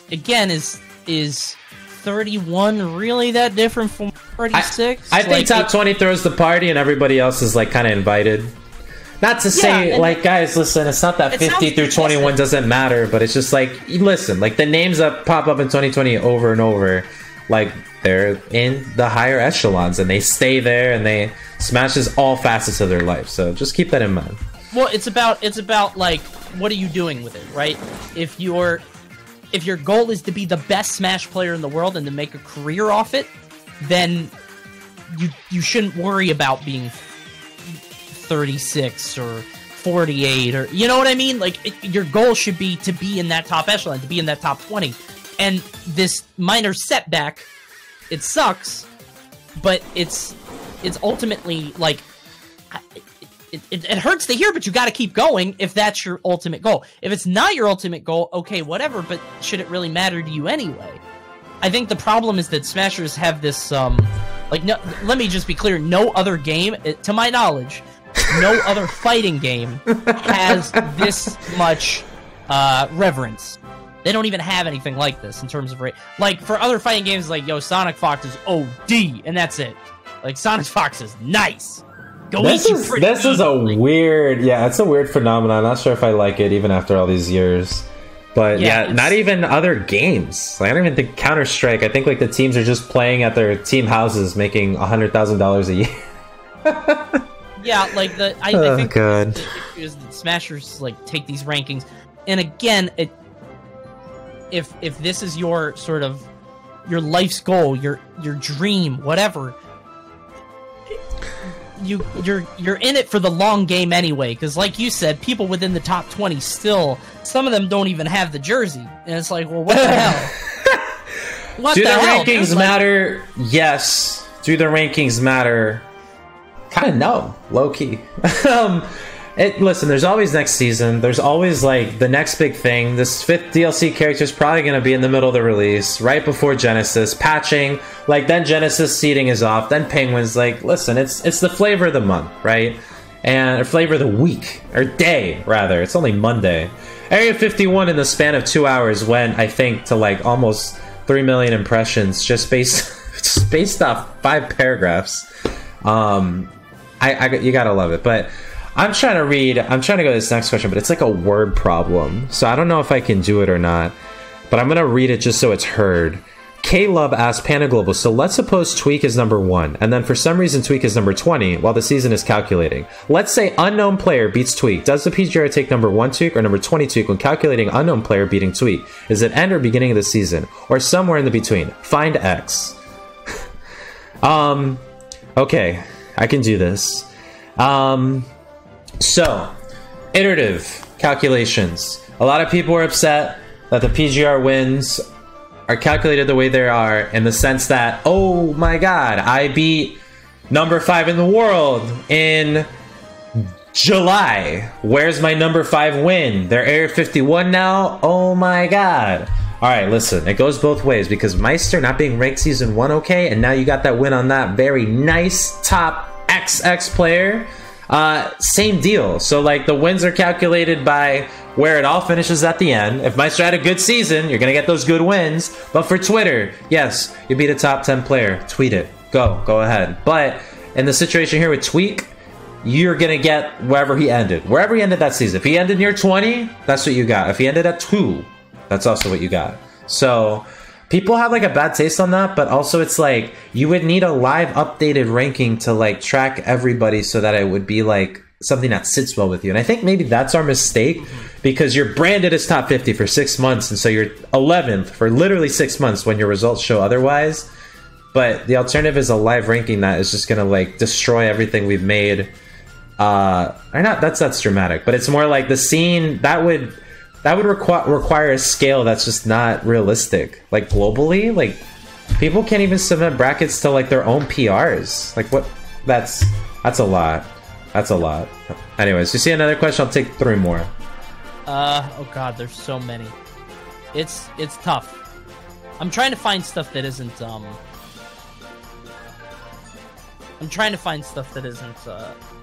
isn't like algorithm based, because obviously that's more your forte. And but it's not. Here, well, let me answer some questions really quick. Watch the FAQ right now. I'm gonna link it. That's a good question. Watch the FAQ on my Panda Global affiliated YouTube video, and just watch it. Crash Course already at 4.4k million subscribers and views at the same time, trending number 3 on gaming. Watch that, okay, and then come back to the chat. Okay, it's only 20 minutes. We'll still be here, but. For people, really quick facts. No legacy in PGR. What you got last season does not count for anything the next season. 2, top 100. We've already talked about it. Not going to talk about it. 3. I don't have a 3rd. Okay. I didn't know if you cut out there. I don't know. That video will explain all. So go ahead and check that out. Yeah. Question how that works. Biggest changes for the TTS, by the way, going to be in a write-up right when the rankings end. We got a lot of adjustments we're making. I think TAS already revealed, just based on literally day 1, that changes are going to be made for Europe. And if you're Area 51, you count towards tournaments. Yes, in the past, if you were and you didn't, like, sorry, we're trying to progressively get this to where we want it. And you're in there with us in the trenches, so we appreciate that. But, yes, that is going to be done. Area 51, you matter. We care. Do you have one? Let's see. I'll answer this one. DMV Garrett says, how much does the eye test factor in? For instance, if a player loses a set due to SD or a small mistake, how much does that factor in? None. Just wins and losses. That doesn't factor in. And so see, for instance, that's where that panel bit would just be so ugly, man. That's another issue. Well, with you the panel would have got it. I mean, the one that I always come back to, Riddle should have beat MK Leo, and he made an error in the heat of the moment. And but that's clout. That's clout. That's clout, and it's also very easy for me to say when I'm watching. You know what I mean? I don't mean to disregard like what an idiot, he shouldn't have done that. It's like you're playing against the best player in the world, but if people remember that and they see that, they're like, yo, Riddles is you know, he could have beat Leo. He went last hit, blah, blah, blah. He beat Leo, basically. By almost beating Leo, you might as well have beaten him. Exactly. So it gets a little wonky. And then you have stuff like Leon Cosmos, where, yo, did you see Cosmos? He got destroyed. Minus 10 points. Watch. Like, people will do that. Yeah, watch. Like, it's just... You can't factor that in. I think wins and losses are really... There's no almost. There's just sets, bro. Right. Yeah. I mean, there's almost with the X Factor. X Factor is big for almost, but not for real numbers. No. That's how I feel. All right, last couple. I'm also looking up some stuff because people want to know about their boy Nick C. I actually did an escape room with him too. Big House 33rd, SmashCon 17, Shine 13, Defendant North 13, Players Ball 2nd. His losses: Anti, Ling Ling, Meister, Mars, Morpheus, Nairo, Buzz. Wins: Jackal, Blazing Pasta, Mutace, Goblin. He only got like... Yeah, he didn't really get that many PGR wins. Shout out to Nixie though, cool guy. Arfang's in the chat. Arfang's in the chat. Our gang, what's up, our gang? Arfang, so congratulations. Congrats on 45. Yeah. So I think I have the answer for this. I'm gonna try to answer it, and you tell me if I'm wrong.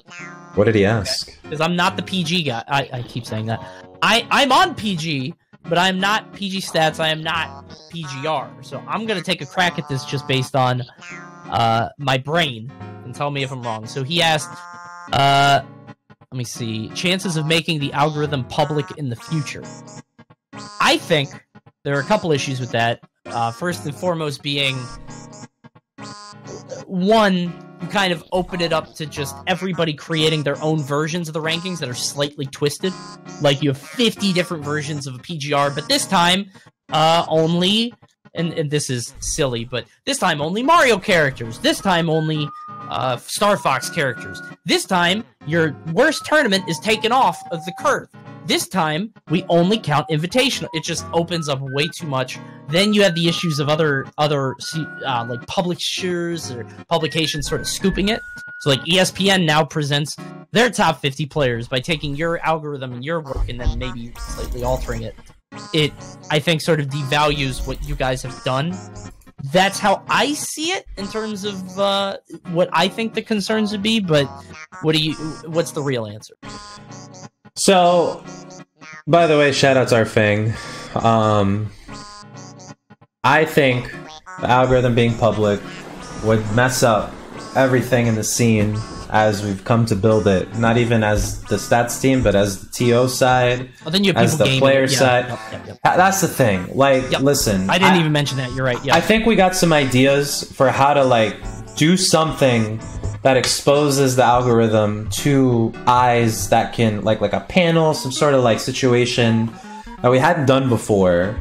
And it can open up opportunities for, like, very nitty-gritty stuff, which...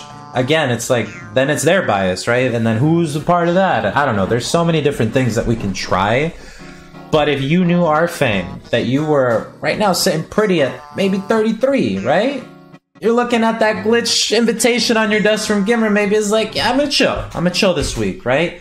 And therein lies the issue. If you know how you're doing, then as a player who determines the literal marketing of tournaments near and far, it messes everything up. We have had instances in the past where tiers were shooting up from B to S or C to B or C to A because top players were waiting to register to see who was going to go first in the game of chicken. If they could get, you know, like we've seen it all the time. There's an S tier going on, but people are showing up to win the dream hacks, right? C, B tiers, right? They don't count for anything. Or rather, sorry, hold on, let me see. They don't count for as much. Clipped. But think about that. Like, people are trying to also manipulate, like, you know, the sort of, like, exposure, the sort of, like, perception. Like, whoa, that guy won a dream hack, bro. That's a dream hack, bro. Yep. Like, they don't know what a glitch is. They don't know what a Congo saga. What Conga? What?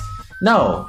So, making the algorithm public, then people start to see, like, all these different things. Like, a great measure stops being a great measure once you know we're being measured for, right? If I'm trying to tell my students, like, all right, I'm grading you based on behavior, and I'm grading on one of the things like not calling out, and now they know that, like, oh, I'm not going to say anything now, and then that starts to go down and affect how they're being, you know, how they're seeing themselves, how they're, like, you know, trying to, like, get hurt in class, things like that. Like, we want to have it be something that constantly changes, but it also doubles as this marketing engine that we have to be careful about. And so we make small tweaks over long periods of times, which bother a lot of people because they want the change now. Give me a 5.0 multiplier for all of Belarus and Belgium, and put Brazil in there too. And it's like, we have to, like, we don't want, like, if we do that, right? And the next one is like the Euro GR, because like all these things are now out of whack, then we're screwed. And now like half of the European Union is on the PGR, and it didn't happen by natural means, because again, like Genesis, Evo, everything else is here, and so it's twisted, it's hard. But as far as the algorithm being public, like it's a fan base thing, people getting in, ruining the reveal. Because listen, end of the day, bro, our thing, like this has to run itself monetarily. And the publication rights and all this like buzz that we try to generate just today, like even trashing the PGR as impressions, believe it or not. So that is part of everything that helps drive us to be able to even like scrap together our time in our day-to-days to like bring it to the quality we want to. And someone on Reddit just being like, well, tabulated this, there you go, you're 49th, and next week you're going to be 47th, but 43 if you go to Glitch and win against Tweak, and then 2 times against the Buzz. Like, it's done. And then for the players, it turns into this whole issue that, again, we talked about gaming the system. So that's what were you going to say? Yeah, sorry, I didn't mean to cut you off. Cut me off. An interesting analogy, I think, would be, so back in my day, before Boomer. we got big enough that we had to do bracket pools, we did round robin pools. Those were fraught with issues. Round robin? Round robin. The reason is, if, let's say Tweak is my boy, right? Let's say Mars is my boy. Here we go. We'll bring in the sponsor issue, too. Let's say Mars is my boy. He's on PG. And he's the 1st seed. I'm the 4th seed. And top 3 make it out. He's going to wipe everybody, right? He's going to beat everybody. But him and I are boys, right? So you can give me a game. And then I take a game off of Mars. And I maybe beat the 2nd seed, but I lose the 3rd seed. Then I get out of the pool. And I didn't earn it because Mars gave me a game. What if he just gives me the whole set? Because he's getting 1st seed anyway. It doesn't matter.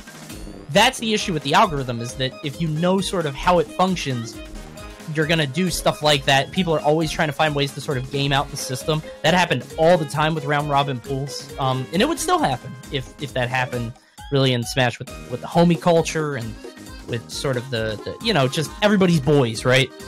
And I think that, dudes wouldn't sign up for a tournament if they thought that their friend could get a higher ranking if they didn't go, or would get brackets adjusted, or do something. You know what I mean? I think it would affect rankings in a way that we can't really foresee right now. Yeah. And listen, I'm not even trying to say we know what's best for the community, or even that, like, we don't think that people can handle responsibility, this, that, or the other. It's just like, it's become this thing that we have to be so careful about in terms of changes, in terms of exposure. And again, like, we make one tweak for a multiplier, now you're starting to see these other things trickle in, and then it, like, you don't see it until way down later. So, apologies if that seems like unsatisfactory.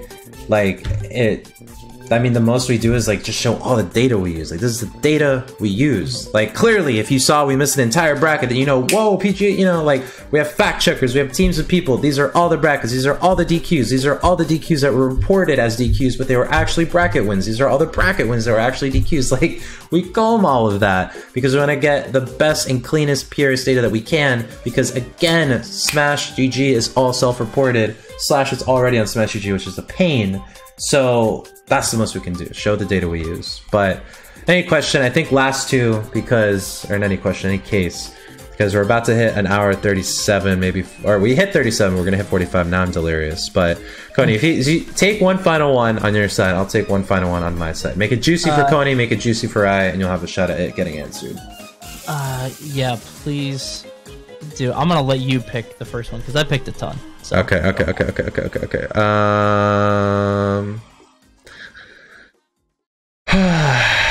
Okay, let's see. Tips on creating my own algorithm. Who are you? Do you know what? Sugar Cookie 420? Do it. Google it, do it, and show me what you get, and maybe you could be part of the team. Okay, here we go. So Scruffy, let's entertain a European Union question. Scruffy McGruff, and I say that lovingly, okay? Like, relax. I have. Anyways, it's like impossible with you. Scruffy McGruff 350. I have to be diplomatic, and you just get to be like. I get to be the funny guy. I need a clown horn. Honk, honk, honk. That'd be fun. God, I'm like Joker out of character. You're Joker in character.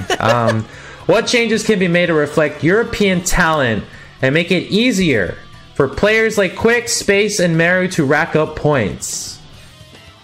That's a good question. That is, but another question has to be asked before this question, and it is like this concept of making it easier.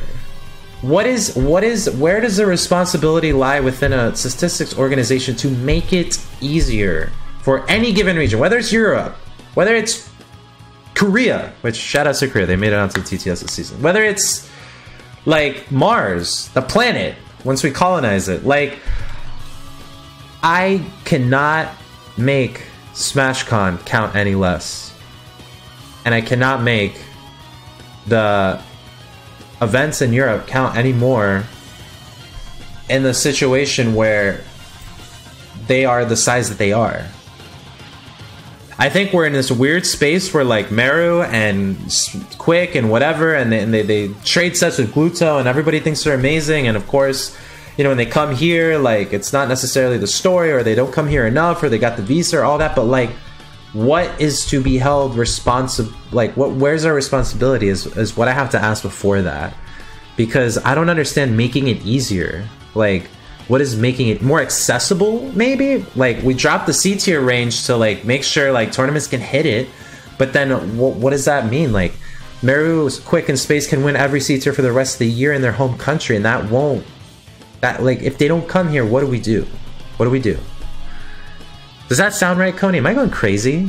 No, I get it, and it's a difficult question. I think it's a flawed question. I'm honest. Like, make it easier? I think that's problematic, bro. Making it easier, that's like weird. Yeah, I don't necessarily think we should make it easier for Europe to rank. I think the issue is like, so you've got Quick, who does amazingly in Europe, almost beats Gluttony, doesn't really do it, but you know, we know he's second best player in Europe. We can see how Gluttony does because he comes over here. And I think people have this equivalence that, like, well, if Gluttony is number 1 in Europe and he comes over here and he can be getting top 8 at EVO, then if Quick comes over here, he's going to do amazingly and get 17th at EVO. That's not necessarily the case, and we've seen that a lot. And I don't really know the way to fix it. I think it's on us as US players to like travel over there more and give. But like, why would we do that? Like, a lot of people say, you know, the US should travel over to Europe more so there's more PGR presence. But why would I give? If I'm a PGR player, why would I spend thousands of dollars to go to London to lose to a British Sonic player I don't know, and then my PGR is gonna get tanked because I wanted to be nice for you guys? You know what I mean? It's like. And that's not me saying people should do it out of the goodness of their heart and the competition should go over there. But, like, they're in this weird spot. I don't know what the answer is for them. It's funny because chat's just like, yeah, who needs to be responsible for mixing the regions more? And then other people even mention, like, well, if Japan did it, why can't you guys? And that's like, that's a lot of stuff. That becomes less and less our, not even issue, but it's like, what could we do? Like, it's...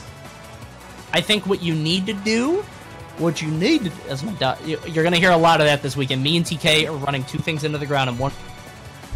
What you need to do, if you want something like this to pop off, a lot of people have said this, you would need continental rankings. Good luck. Like, that's its own can of worms. I think if you really want to rank people sort of within their own deal, you can do that, but I don't think that's really your as in you, suar. I don't think that's your there's always going to be someone cut out. There's always going to be someone cut out. I'm going to say it right now. If it's not Europe, then it's going to be Brazil. If it's not Brazil, then it's going to be Central America. If it's not Central America, then it's going to be East Europe. Like, that becomes weird because I think the issue is like Maru, Quick, all the Space, all the PGR dissenters, you know, we hate Europe, the conspiracy, whatever. I mean, I feel for them, but I think the issue is like they are good and they can't show it, and they can't show it because people don't travel there, and then they can't show it because of issues traveling here, and it's also prohibitively expensive. Tickets to come here are like, again, a lot for Europe. So that's just something that, like, yes, and then people, and it's interesting, people then are like, well, why not a continental ranking and then have everybody meet up in an invitational at the end? So a Smash League, wow, yeah, that'd be great, but we don't have that. I think the PGR time and time again exposes how well, I don't know if I should say this, but just how fragmented the scene is in terms of logistics. Like, you're talking about the coordination between people who don't even know each other right now, right? Because Coney, could you name 3 TOs in Europe right now? Right now? 3 TOs. I know the Beast guy. The Beast guy! The Beast guy, he says! Well, okay. The Beast guy. The Beast guy, but you don't got a bear, a champ, a base set that you got off the tongue. Bro, that is shambolic. And you're out here rooting for Europe. Come on, guy. Jokes aside. I'm Mr. USA. Well, down the hood again this weekend. I hate EE every time he does that to you. So rude. Being violently wet on stream. I'm sorry, stream. Yes. Original question. I love Europe. Anyways, the last question is... PGR in jail to check Twitter. What does that mean? Am I a boomer? Is that a Mango reference? You are actually a boomer. Oh my god. You are very much a boomer, yeah. So really quick, somebody said, why don't we just up the amount of points that Europe gets for their events? But then you have a thing where, like...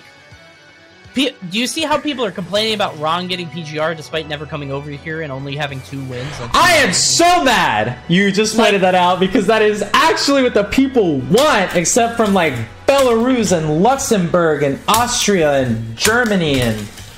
But that's what I'm saying. It's like, let's say like there's a German guy that's 50th that beat Meru once. Like, he has extra points. EU bias. EU bias. Like, then we have its own problem. Like, wow, that just hit me. That just today was like a slug, and that actually just hit me. So people are upset about Ron, Leffen. I think in the chat there have been at least 3,500,000 copy and paste about why Ron is ranked over Leffen, which we explained earlier. Ron having a squeaky clean, low attendance, very nice record, low wins, low losses, high wins. Bro, that's a good point. Gluttony would be number 1. Where? He would farm. If Europe had extra points, oh shit, that's a good point. Like, Gluttony would be... Remember when Meister farmed Chicago for like a year? Why Chicago, bro? Yeah, at least in Japan, they got an entire, like, just toy box of characters that nobody can win. So at least Zachary, you know, kind of weird. I think we're okay with Japan being Japan because no one farms it. Like, Abadango wins pound, then he gets slapped the next week at Umabura. Yeah, Gluttony would be number 2. Or maybe number 1, maybe dethroned. Wouldn't that be hilarious? In helping Europe, an entire continent, we actually not dethrone, because he'd have to earn it again, but the number 1 becomes Gluttony. Like, what? Everything just starts. So sit with that, everybody, for a moment. Sit with the fact that what is being asked, right? Make it easier, make it more accessible. I know that the commenter earlier, whoever it was, Cookie Dog 420, Slumdog, they were asking to make the PGR more accessible to Europe, to make the points easier to get, and here we are. Like, here we are, chat. Here we are in this situation where this today, right, happened, and it caused 100.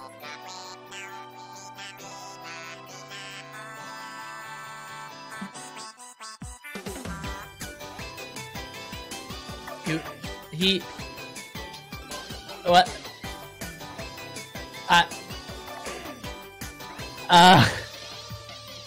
I think your mic cut out. If you're... I've been yelling. I don't know if any of that made sense, but what I was saying is that this Europe bit, I hate this quad X when you touch it on top, it's just like... Sorry, I wanted to do that. What I was saying... It's like Cop's home video.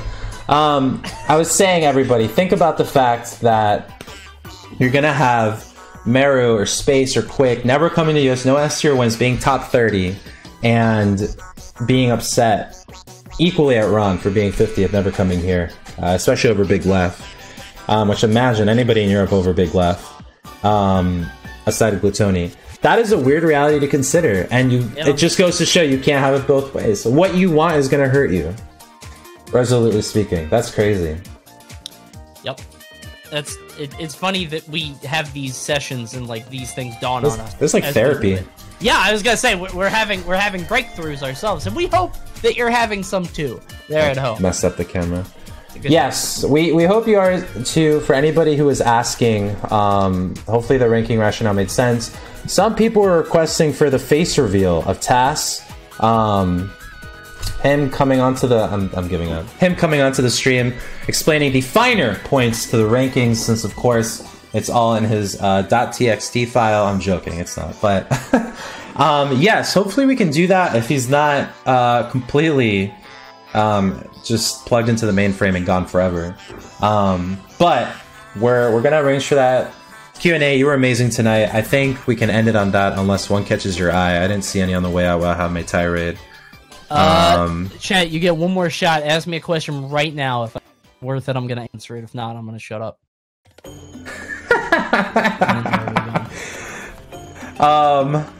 People really want a Ron emote. I kind of do, low key.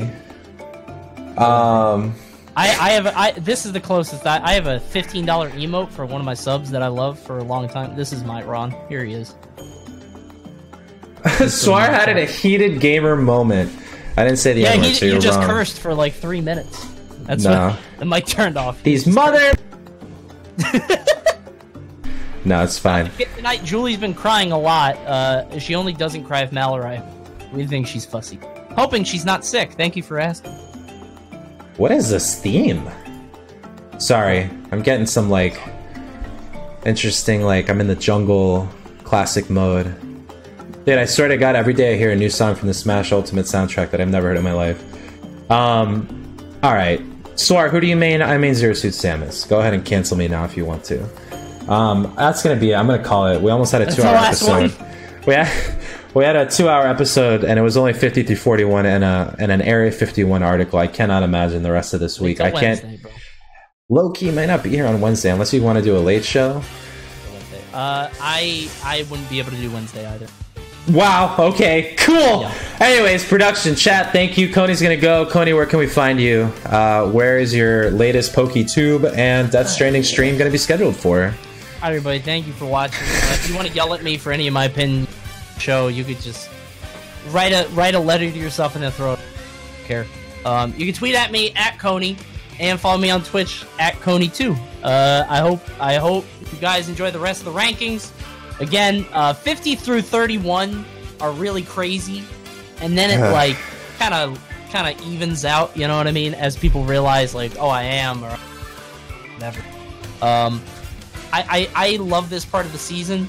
I say this every single show now, but it's like I feel like Smashers are very destructive. They need something to chew on. I have a husky, and if the husky doesn't have a bone or enough stimulation, he starts chewing on the walls and the couch. And I think the PGR is an excellent ham bone for everybody to sort of dive in, get mad, chew at, be excited about if they're on the rankings, whatever. So I'm excited for this to occupy us for the next 2 weeks. I'm going to be at Glitch. If you're a Glitch and you want to yell at me in person, please don't. But if you need to, I'll be there. Just come up, say hi to me. And then, yeah, I'll be at the other thing. I think I can say it. Pretty sure I can say it. I'll be at the other thing. Anyway. It's gonna be at the other thing! I'll see you soon. Anyway, we'll see you guys soon. Bye, Coney. Get out of here. Sign out. Log into Daddy Daycare. God. Chat, where do you leave me? Where does this leave us? I'm very sorry. A lot of you asked questions that we did not answer either quickly or thoroughly.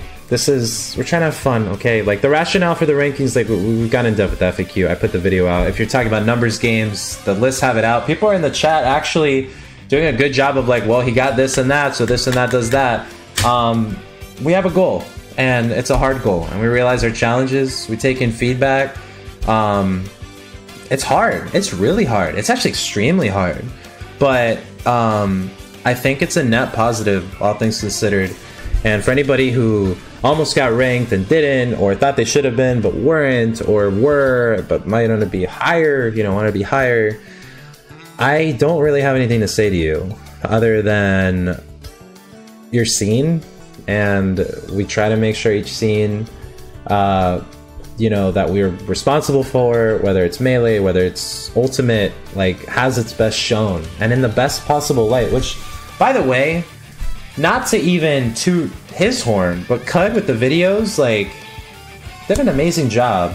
And I'm not even trying to, like, red herring this or gaslight the chat or anything, but, like, credit to him, credit to the article writers, credit to Tass, who has been trying to crack this mystery for the longest time, uniting these different events through these differing bracket structures in different times. Like, I mean, shout outs to everybody. Big project. Appreciate everybody that contributes to it.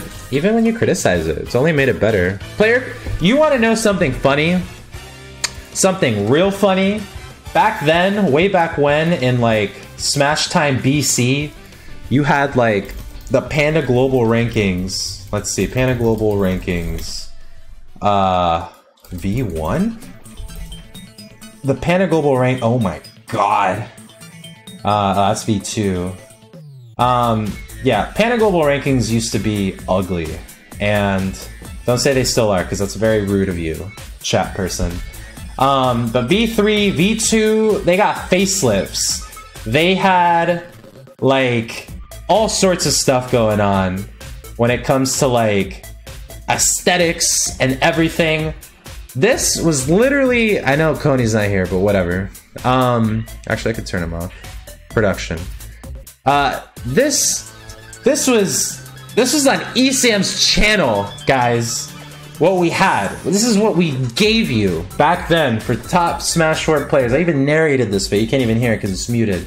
But little ambient particle effect that you can rip for like literally no effort. A shout out to Keith. I'm sorry. No, this is Fiasco, I think, or Keith and Fiasco. I'm just making fun of it. It's funny to look in retrospect. It's like looking at your middle school picture, middle school yearbook. So like it used to be this, bro. This is what cards used to look like. What is that res, bro? Terror Bear? How did they let us get away with that? That's horrible. You should have seen the card of User MVD and Nairo. That was like actual criminal. But now look what you're getting. Now you're getting production, quality, overlays, sourced material with different flags and like, I don't know. This blows my mind. This to like literally, probably should have prepared to this. Look at this. This to this. From this, actually starting there, here in Auto Domini 2020. That's insanity to me. So this project means a lot. And taking things personally online, I learned not to do a while ago. This is now a rant, but you know what I mean. I love you all. I love all the feedback. I think there's ways to make the algorithm public, not public, but also like factoring in something that doesn't hurt and send all these marketing devices into free fall, but also incorporating important feedback, but involving the people who are qualified to do it and doing it through different time zones and having it be done in the right amount of time. Heated gamer moment. Yeah, I don't know. But I hope you know that we care and we see you. So for everybody else, we'll see you Wednesday. It should be a good time. Tell someone you love them.